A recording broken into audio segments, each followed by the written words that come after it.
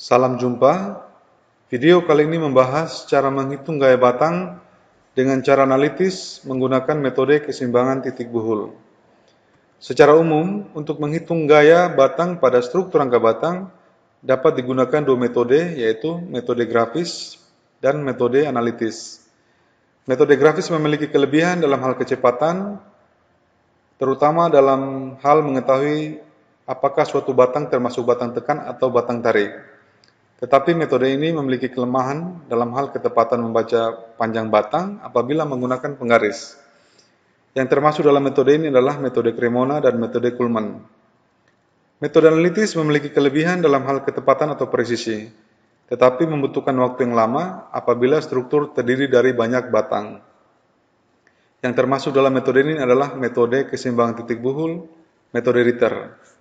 Hal-hal yang perlu diperhatikan dalam menggunakan metode keseimbangan titik buhul adalah: yang pertama, perhitungan dimulai dari titik buhul yang memiliki maksimal 2 batang yang belum diketahui, atau pastikan titik yang ditinjau hanya memiliki 2 batang yang belum diketahui. Apabila jenis batang belum diketahui, asumsikan batang tersebut sebagai batang tarik. Jika hasil perhitungan bertanda positif, maka arah pemisalan gaya sudah benar.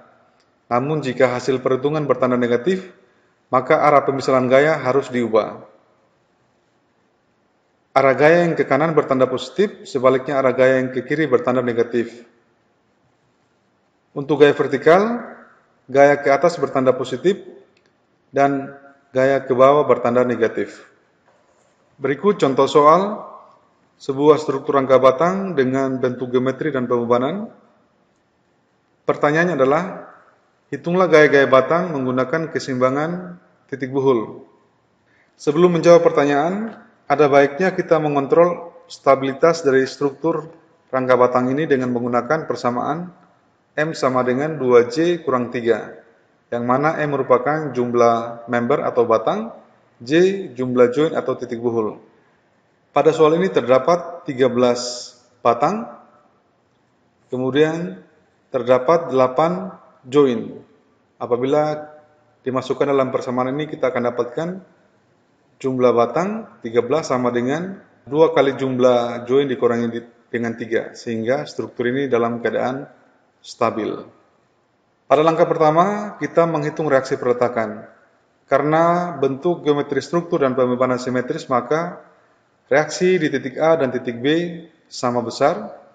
Kita dapatkan dengan menjumlahkan semua gaya-gaya vertikal, kemudian dibagi 2, akan diperoleh angka 400 kg. Pada langkah kedua, kita akan menghitung gaya batang di titik A. Perhitungan dapat dimulai dari titik A atau titik B, karena pada kedua titik ini hanya terdapat 2 batang yang belum diketahui. Di titik A terdapat batang 1 dan batang 5 yang belum diketahui, dan di titik B terdapat batang 4 dan batang 8. Reaksi di titik A dan titik B sama 400 kg, kemudian kita menghitung panjang batang 1 dengan menggunakan rumus Pitagoras. Untuk mendapatkan panjang batang 1 sama dengan akar dari 2 pangkat 2, ini panjang batang AC ditambah dengan 1,4 kuadrat. 1,4 adalah tinggi batang CF. Apabila dihitung akan diperoleh panjang batang 1 sebesar 2,441 meter. Pada titik A terdapat gaya RA, kemudian batang 1 dan batang 5. Karena batang 1 dan batang 5 belum diketahui, maka diasumsikan sebagai batang tarik. Batang 1 dan batang 5 membentuk sudut alfa. Karena batang 1 ini membentuk sudut terhadap batang 5, maka diuraikan terlebih dahulu terhadap sumbu X dan sumbu Y. Kita uraikan terhadap sumbu Y vertikal, kemudian terhadap sumbu X. Untuk vertikal kita dapatkan S1 dikalikan sinus alfa, kemudian untuk gaya horizontal kita dapatkan S1 dikalikan dengan cos alfa. Untuk menghitung besarnya nilai alfa, kita menggunakan arkos tangen alfa. Arkos tangen alfa 1,4 tinggi dibagi dengan panjang batang AC 2 meter, kita akan dapatkan angka 0,7. Sehingga 0,7 ini kita akan peroleh besar sudut A sebesar 34,992 derajat. Apabila dihitung sinus alfa sama dengan 0,573, kemudian cos alfa, cos 34,992 diperoleh 0,819. Selanjutnya kita akan menghitung gaya pada arah vertikal, sigma VA sama dengan 0. Ingat, untuk gaya yang ke atas bertanda positif, yang ke bawah negatif. Untuk RA dan S1 sinus alfa ini arahnya ke atas sehingga bertanda positif. RA ditambah dengan S1 sinus alfa sama dengan 0. RA kita sudah dapatkan angkanya 400. Kemudian ditambah dengan S1 sinus alfa. Sinus alfa sama dengan 0,573. Apabila ini dihitung, kita akan dapatkan S1 sama dengan min 697,517 kg. Karena tanda di sini negatif, maka arah batang 1 ini dibalik. Sehingga batang 1 bukan lagi merupakan batang tarik, tetapi merupakan batang tekan.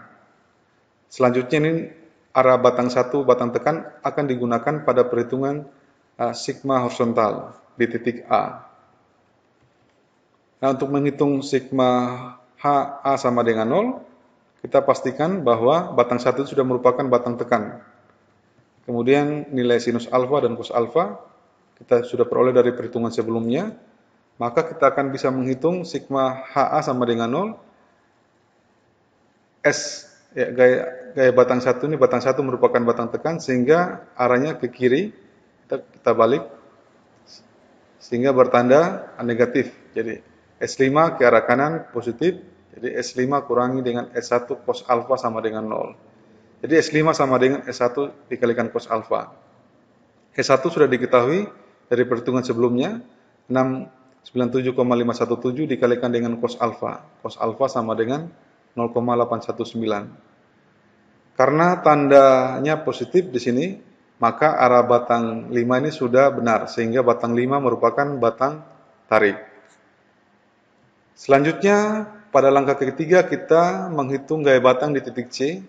Kenapa kita mulai dari titik C? Karena kalau kita mulai dari titik F, maka di titik F ini ada 3 batang yang belum diketahui, yaitu batang 2, batang 10, dan batang 9. Oleh karena itu kita mengambil dari titik C, karena di sini ada 2 batang yang belum diketahui, yaitu batang 6 dan batang 9. Perlu diingat bahwa di titik A tadi, kita sudah dapatkan batang 5 merupakan batang tarik terhadap titik A. Terhadap titik C juga batang 5 merupakan batang tarik, seperti ini.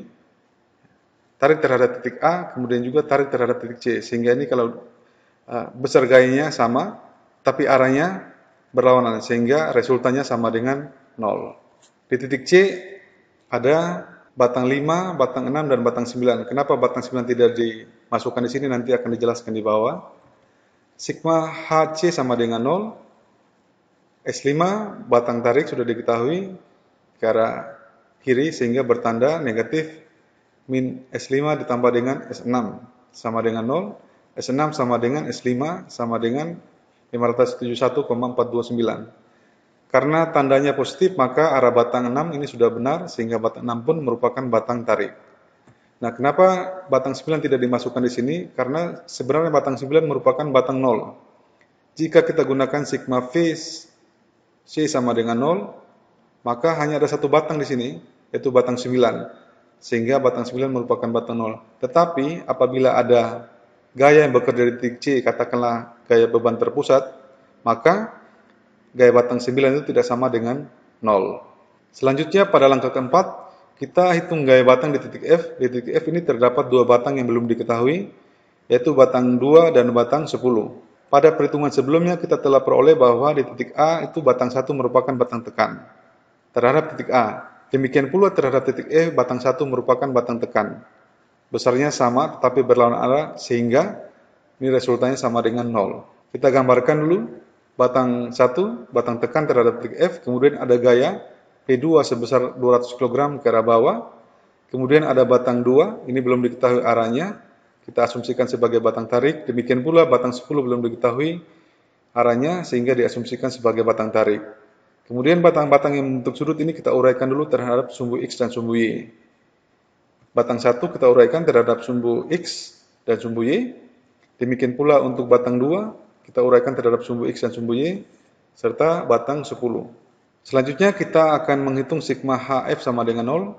Perhatikan di sini ada 3 gaya, yaitu S1 cos alfa, ini arahnya ke kanan sehingga bertanda positif. Kemudian S2 cos alfa, ini juga arahnya ke kanan sehingga bertanda positif. Demikian pula untuk S10 cos alfa, ini arahnya ke kanan sehingga semuanya bertanda positif.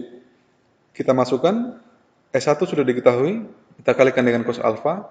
Kemudian juga S2 dikalikan dengan cos alfa dan S10 dikalikan cos alfa. Apabila kita hitung, kita akan dapatkan persamaan seperti ini. Kita katakan ini sebagai persamaan pertama. Selanjutnya, kita akan menghitung sigma VF sama dengan 0. Vertikal di sini ada 4 gaya. Ada beban luar sebesar 200 kg, arahnya ke bawah bertanda negatif. Kemudian ada S2 sinus alfa ke atas bertanda positif. Kemudian ada S1 sinus alfa juga ke atas bertanda positif. Dan S10 sinus alfa arahnya ke bawah sehingga bertanda negatif. Ini kita masukkan angkanya. Min 200 ditambah dengan S1 sudah diketahui sinus alfa. S2 juga sinus alfa dikurangi dengan S10 kali sinus alfa. Apabila kita hitung, kita akan peroleh persamaan seperti ini. Persamaan kedua. Sehingga kita akan dapat dua persamaan dengan dua variabel yang belum diketahui, yaitu S2 dan S10. Nah, persamaan ini kita bisa selesaikan dengan menggunakan beberapa metode. Bisa menggunakan metode substitusi, menggunakan metode eliminasi, ataupun menggunakan matrik. Nah, apabila dihitung, kita akan peroleh S2 ini sama dengan min 523,138 kg. Karena di sini bertanda negatif, maka arah gaya dibalik. Sehingga batang 2 ini bukan merupakan batang tarik, tetapi merupakan batang tekan. Selanjutnya kita peroleh juga S10 sama dengan min 174,379 kg. Ini juga bertanda negatif, sehingga kita harus balik arahnya, sehingga batang 10 itu merupakan batang tekan. Jadi bukan merupakan batang tarik. Selanjutnya pada langkah kelima, kita menghitung gaya batang di titik G. Kenapa di titik G? Karena di titik G ini ada dua batang belum diketahui, yaitu batang 3 dan batang 11.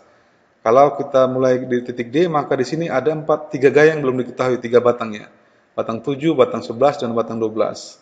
Sama halnya dengan sebelumnya, di titik G ada batang 2, batang F juga tadi, titik F ada gaya batang 2, tekan, demikian pula terhadap titik G merupakan batang tekan. Seperti ini gambarnya, kita gambarkan, masukkan gaya-gaya batang, P1 sebesar 300 kg, arahnya ke bawah, kemudian ada batang 2, batang tekan, batang 11 dan batang 3 belum diketahui sehingga kita asumsikan sebagai batang tarik. Dimulai dengan menguraikan gaya S2 dan S3 karena membentuk sudut. Kita uraikan terhadap sumbu X dan sumbu Y. Selanjutnya kita hitung sigma H G sama dengan 0. Untuk gaya horizontal ada 2, yaitu S2 cos alfa arahnya ke kanan sehingga bertanda positif, dan S3 cos alfa ke arah kanan juga bertanda positif. Ini kita masukkan, kita akan peroleh angka S3. S3 sama dengan min 523,138. Karena S3 ini bertanda negatif, maka arah gaya dibalik sehingga batang 3 ini merupakan batang tekan. Selanjutnya, pada sigma V gaya vertikal di titik sama dengan 0, ini bekerja 4 gaya. Yang pertama, beban luar sebesar 300 kg, arahnya ke bawah, bertanda negatif. Kemudian S2, sinus alfa arahnya ke atas, bertanda positif. Kemudian S11 arahnya ke bawah bertanda negatif, min S11, kemudian S3 arahnya ke atas bertanda positif. Kita masukkan nilai S2 sudah diketahui, sehingga kita akan dapatkan persamaan seperti ini. Hasil akhir kita akan dapatkan S11 sama dengan 300 kg, bertanda positif. Karena S11 ini bertanda positif, maka arah gaya sudah benar, sehingga batang 11 ini merupakan batang tarik. Perhatikan gambar geometri dari struktur ini, kita sudah dapatkan batang 1, batang 5, kemudian batang 6, batang 2, batang 10, batang 11. Karena ini simetris, maka kita bisa pastikan bahwa besar batang 1 atau gaya batang 1 itu sama dengan batang 4, kemudian batang 2 sama dengan batang 3, kemudian batang 5 sama dengan batang 8, batang 6 sama dengan batang 7, dan batang 10 sama dengan batang 12. Selanjutnya, hasil perhitungan kita tabelkan seperti ini.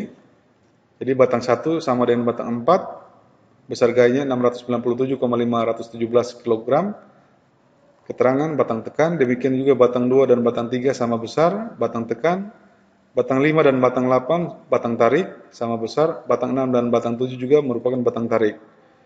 Kemudian batang 9 dan batang 13 ini batang 0. Batang 10 dan batang 12 ini batang tekan. Dan terakhir batang 11 itu merupakan batang tarik sebesar 300 kg. Perlu diingat bahwa untuk struktur rangka batang, batang-batang atas ini pasti merupakan batang tekan. Kemudian batang-batang bawah ini semua merupakan batang tarik. Ini sebagai pengingat saja untuk mengontrol. Kecuali untuk batang vertikal dan batang diagonal bisa berupa batang tekan ataupun batang tarik. Demikian video pembelajaran kali ini. Sampai jumpa pada video-video selanjutnya.